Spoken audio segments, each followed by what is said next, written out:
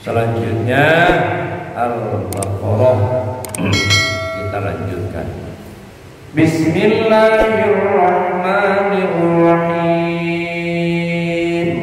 Alif Lam Mim. Zalikal kitabu la raiba fihi hudan lil muttaqin alladzina yu'minuna bil ghaibi wa yuqimunas shalah wa yuqimunas shalata wa mimma razaqnahum yunfiqun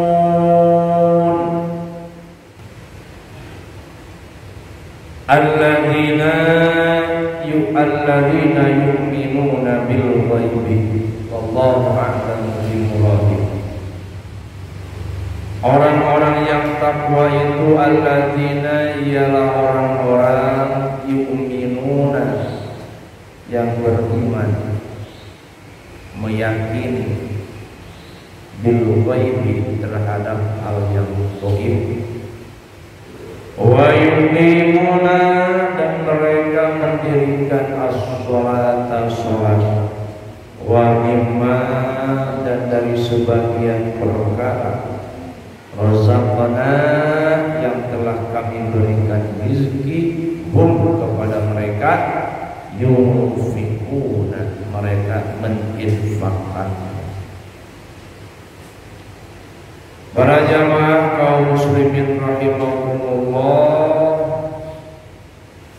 di awal surah Al-Baqarah ini Allah menjelaskan tentang tanda-tanda orang yang takwa.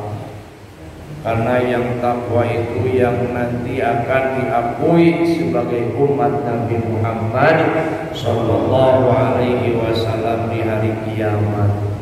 Maka ada kalimat hudal lil muttaqin, ay rahmatan li ummati Muhammadin.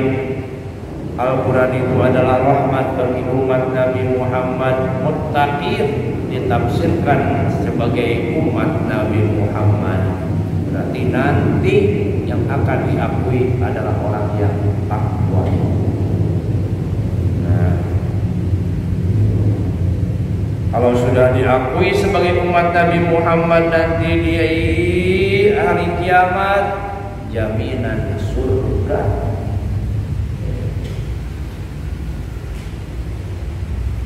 Yang pertama tanda orang yang takwa itu adalah alladzina yu'minuna bil ghaibi, adalah meyakini hal yang gaib,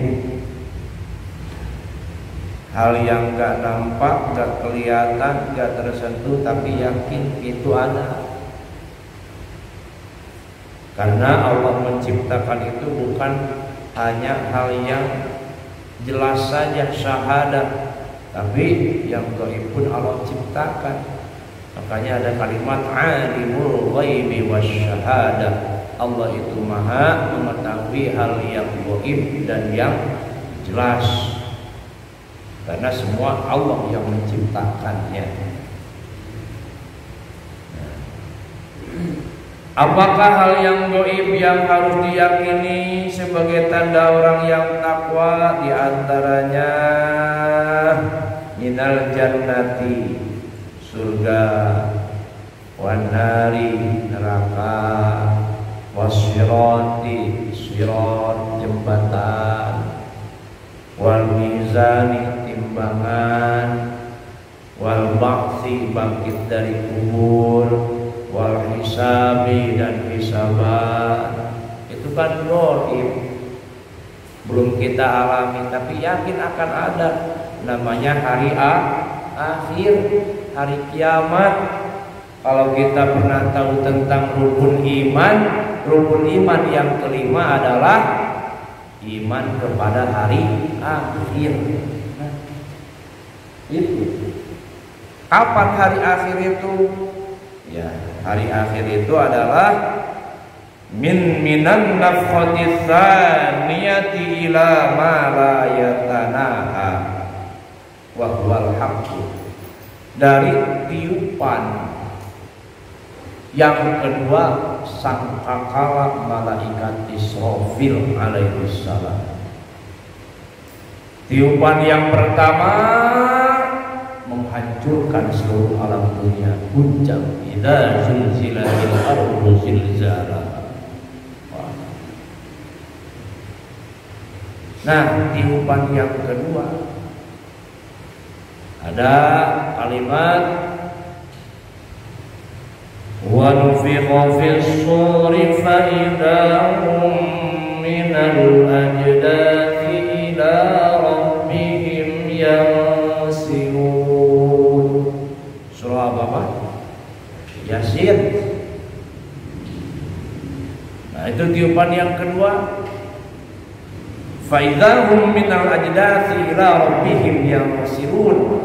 Mulai ketika ditiupkan sangkakala yang kedua kali, itu bangkit semua dari kubur, hidup kembali. Nah, itu mulai hari akhir. Sampai kapan?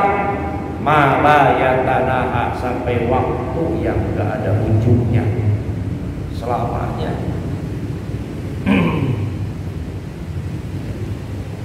Wahwal haqqu, dan itu adalah hak, yakin benar itu, meskipun belum kita alami. Kalau kita ragu tentang adanya itu, berarti kita belum dikatakan orang yang beriman. Tapi sebagian mengatakan ila istiqraril khalqi fid daraini al jannati wan nari. Hari akhir itu sampai makhluk Allah masuk ke dalam surga dan ke dalam neraka. Ahli surga masuk ke dalam surga, ahli neraka masuk ke dalam neraka. Fasadluhu minad dunya wa akhiruhu minal akhirah wa huwa yaumul qiyamah. Awalnya masih dikatakan alam dunia, itu akhirnya sudah masuk alam akhirat, itu namanya hari kiamat. Kenapa dikatakan hari kiamat? Litiyamil mauta fihi min kuburihim. Karena kiamat kan dari artinya bangun.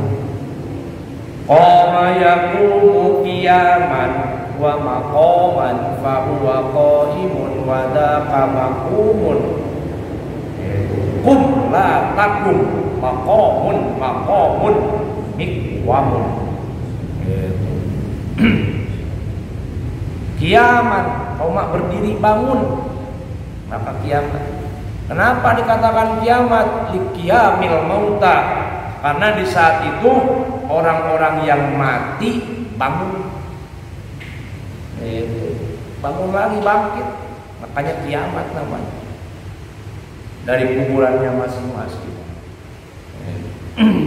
Meskipun udah hancur, itu udah nggak ada sisa lagi, tapi ada satu bagian tubuh yang nggak hancur, dan itu yang akan menjadi benihnya, yang akan tertukar nanti di kiamat. Wal qabru minad dunya, dan kubur itu minad dunya, masih termasuk alam dunia.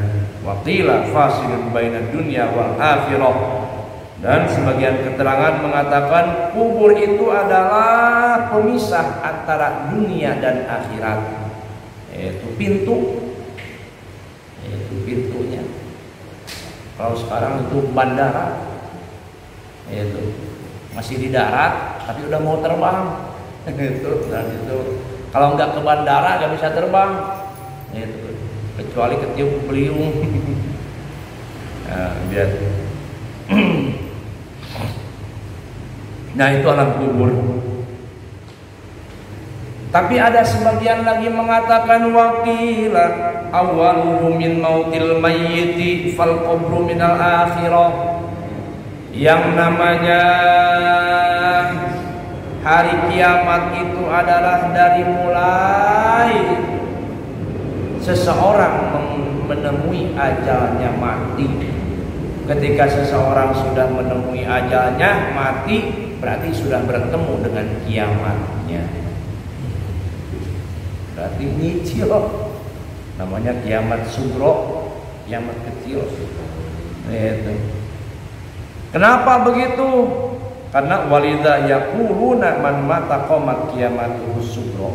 Nah, ada orang berkata, barang siapa meninggal maka datanglah kiamatnya, tapi kiamat kecil. Kenapa dikatakan kiamat? Karena sama, kalau dari arti kiamat itu adalah bangun. Di sini liqiyamil mayyiti fihi minal irtija'i ilal qu'udi li su'alil malakaini. Karena ketika seorang mayit itu sudah dikubur dengan posisi berbaring, dibaringkan, maka tidak lama setelah ditinggalkan oleh para pengantarnya, mayit tersebut dibangunkan. Bangun jadi duduk. Kenapa duduk? Lisu'alil malakaini, karena siap menerima pertanyaan-pertanyaan dua malaikat, Munkar dan Nakir.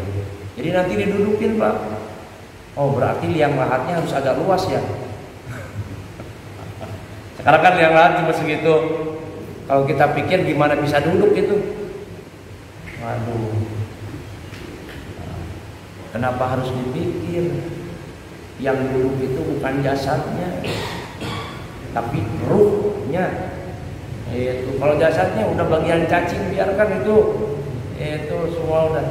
Nah, yang duduk itu langsung ruh. Yang ditanya itu ruhnya. Itu. Nah, itu duduk, makanya disebut kiamat.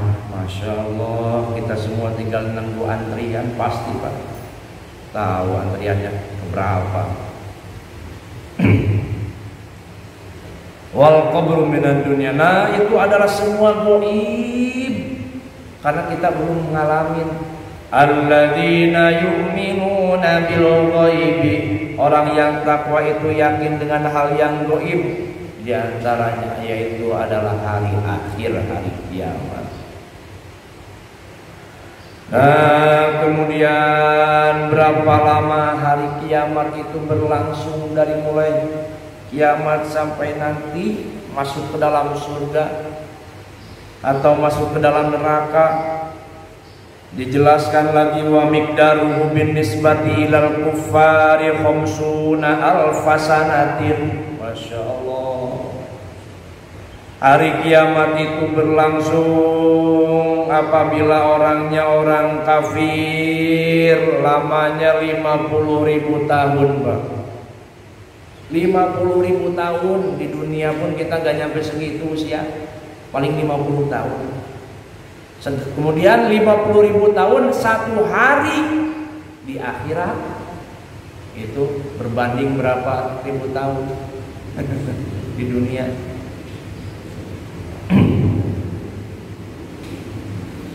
Nah, itu waktu akhirat. 50.000 tahun itu belum masuk neraka. Masya Allah. Lisyiddati ahwalihi. Tapi wa huwa akhafu min sholatin maktubatin fid dunya bin nisbati ilal mu'minis sholihi. Tapi bagi orang yang mukmin, yang soleh, iman, orang yang beriman, yang soleh, itu hari kiamat itu berlangsung lebih ringan, lebih cepat daripada sekali sholat. Kalau sekali sholat kurang lebih 10 menit, kurang daripada itu, Pak. Gak berasa udah ada di surga. Masya Allah. Itu. Nah, kemudian ada lagi wa yatawasatu ala asatil mu'minin. Bagi orang mukmin yang senantiasa melakukan dosa, itu diantaranya, di antara yang 50.000 tahun dengan yang sekali sholat. Kita yang mana ya? Aduh, nggak bisa. Ya, pengennya yang mukmin yang soleh. Ya, mukmin yang soleh seperti itu. Kenapa sampai lama seperti itu 50.000 tahun? Karena di hari kiamat fihi khamsuna mautinan. Akan ada 50 tempat yang akan dilewati di hari kiamat. Setiap tempatnya itu alfuk sanatin, 1000 tahun. Tempat 1000 tahun. Masya Allah, sampai 50 tempat. Jadi 50. Maka dari itu nas'alullah ta'ala ayyukhaffifahu alaina bimannihi wa fadlihi. Nas'alu, kami semua meminta Allah kepada Allah ayyukhaffifahu, supaya Allah meringankan kita di hari kiamat. Enggak sampai 50.000 tahun. Ya, masuk secepat-cepatnya. Itu adkhilna jannata bi ghairi hisab, masukkan ke dalam surga tanpa hisaban. Kalau Allah sudah menurunkan karunia dan fadl-Nya, meskipun kita senantiasa berbuat dosa, tapi keimanan kita yang kuat sehingga Allah mengampuni dosa-dosa kita semua sebelum mati, maka itulah husnul khotimah. Tidak ada halangan, langsung masuk ke dalam surga. Maka yang kita cari ini husnul khotimah, Pak. Itu ibadah nggak bisa selamanya. Kita ibadah banyak, waktu lupanya. Kalau kita banding-bandingkan antara waktu yang kita gunakan untuk taat ibadah dengan maksiat, masih jauh tanah ke langit, masih banyakkan maksiatnya kalau hitung-hitungan amal. Tapi kita ketika kita dihadapkan dengan satu kesempatan, kita selalu memanfaatkannya. Itu enggak banyak, tapi ada kesempatan seminggu sekali, meskipun lama, sehari sekali, sehari beberapa kali kita manfaatkan, ya mungkin bisa menjadi, bahkan bisa menjadi salah satu sababiyah Allah turunkan rahmat dan ridhonya, mengampuni dosa-dosa kita semua. Bahkan ada kalimat Allahumma tub alaina qoblal maut. Itu. Ya Allah, terimalah taubat kami sebelum mati. Intinya harapan kita ini kita mati nggak bawa dosa. Jadi jangan ada cita-cita, gak apa-apa kalau sedikit mah ke bawah juga. Jangan, sedikit pun berat siksaannya. Harapan sebesar-besarnya itu. Akan dijelaskan seenteng-entengnya dosa 500 tahun di neraka. Seenteng-entengnya. Masya Allah. Alhamdulillah. Itu kalau kita tidak selalu mengharapkan ridho Allah dan ampunan Allah Subhanahu wa ta'ala, sudah sangat-sangat rugi. Alladzina yu'minuna bil ghaibi wa yuqimunas shalah. Yang pertama, iman kepada hal yang gaib. Nanti banyak. Tadi seperti tadi disebutkan, ada alam mahsyar, ada mizan, ada ba'ats. Nanti alam mahsyar, kumpul seluruh makhluk itu di padang mahsyar. Seluruh makhluk di padang mahsyar, dari mulai Nabi Adam sampai terakhir umat Nabi Muhammad, kumpul di sana semua. Dalam satu riwayat dikatakan padang mahsyar itu 7 kali lipat dunia luasnya. Ada yang menyebutkan padang Arafah nanti ditarik, diluaskan 7 kali lipat dunia sebagai tempat padang mahsyar. Di sana ada 7 matahari dekat sekali, sampai ada yang tenggelam dengan keringatnya saking panasnya. Dari alam mahsyar ada yang namanya mizan, timbangan, amal kita ditimbang. Ada sirat, jembatan. Kita menyeberang sirat, jembatan sampai ke surga. Kalau kita sampai ke surga, kalau kepleset di bawah neraka jahanam, naudzubillah min dzalik. Sedangkan tipis. Dalam riwayat satu lembar rambut dibelah 7, satu rambut aja udah tipis. Intinya kalau kita mengandalkan kemampuan kita, gak bakalan ada yang mampu menyeberang itu. Kalimatnya itu gak akan mampu. Mengandalkan kemampuan kita itu. Tapi di situ yang berperan adalah rahmat Allah Subhanahu wa taala. Siapa orang yang mendapatkan ridho Allah pasti sampai. Tapi sebaliknya yang tidak mendapatkan ridho Allah bahkan murkanya tidak bakalan sampai. Nah, itu yang harus kita yakini. Yakin, seyakin-yakinnya. Wa yuqimunas shalah. Yang kedua tanda orang yang bertakwa itu adalah mendirikan sholat. Kalimatnya adalah mendirikan, tidak melaksanakan. Kenapa mendirikan? Karena ada bedanya antara melaksanakan dengan mendirikan. Banyak orang melaksanakan sholat tapi belum tentu mendirikan sholat. Tapi setiap orang mendirikan sholat pasti melaksanakan sholat. Itu. Apa mendirikan sholat? Ayyutimuna sholawatil khamsa bisyuruti wal arkani wal hayati. Mendirikan sholat itu menyempurnakan sholat dengan syarat-syarat sholat, dengan rukun-rukun sholat, dengan hayat-hayat sholat. Kalau kita gak paham syarat sholat, gak paham rukun sholat, gak paham hayat sholat, bagaimana kita bisa mendirikan sholat? Gitu. Ini gak paham.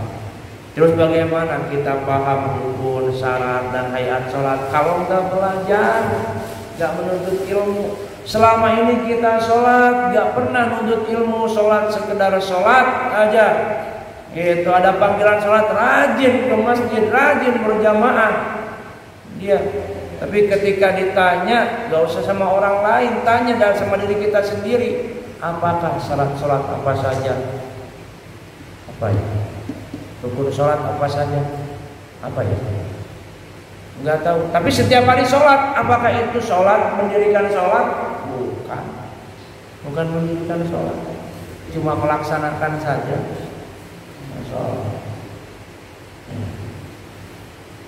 Maka itu menjadi hal yang wajib.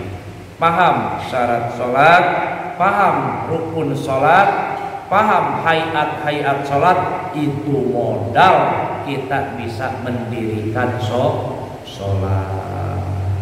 Nah, harus sepaham-paham. Wa mimma razaqnahum yunfiqun. Dan yang ketiga adalah meninfakkan sebagian rizki yang Allah berikan kepada mereka. Orang-orang yang takwa itu selalu menafkahkan rizkinya, menyisihkan sebagian, gak banyak. Sebagian itu bisa 1%, 5%, yang penting ada. Itu ada yang wajib, ada yang sunnah. Yang wajib namanya zakat, yang sunnah namanya sedekah atau hadiah. Itu dua-duanya infak namanya. Siapa contohnya? Contohnya adalah wahwa Abu Bakrin As-Siddiq wa ashabuhu, Sayyidina Abu Bakar dan para sahabat-sahabat yang lain yang sedekahnya, infaknya gak tanggung-tanggung. Ada yang 50%, ada yang hartanya semua diinfakkan di jalan Allah. Bahkan kalau Sayyidina Abu Bakar semuanya gak bersisa, ketika jihad perang tuh nggak ada yang disisakan, semua dibuat bekal untuk jihad, yaitu mendirikan agama Allah, itu menegakkan agama Allah. Itu kan contoh mah udah terbaik ya. Kalau kita dari kami mah sebagian, itu jangan sampai gak ada yang disisihkan untuk infak di taatillah. Ya, minimal seminggu sekali pas hari Jumat masukkan kotak amal. Ya itu ini ya harus ketahuan orang. Nah, sekarang alhamdulillah kebagian gitu, kotaknya sampai ke depan rumah kita isi infak lillah. Nah, 3 lah. Sementara 1 iman kepada hal yang gaib, yang kedua mendirikan sholat, yang ketiga adalah menginfakkan sebagian rezeki yang Allah berikan kepada kita semua. Tinggal yang keempat dan yang kelima di ayat berikutnya. A'lamu bis-shawab. Mudah-mudahan dari ilmu yang bermanfaat bagi kita semua. Terima kasih atas segala perhatiannya. Maaf atas kata-kata yang tidak berkenan. Shadaqallahu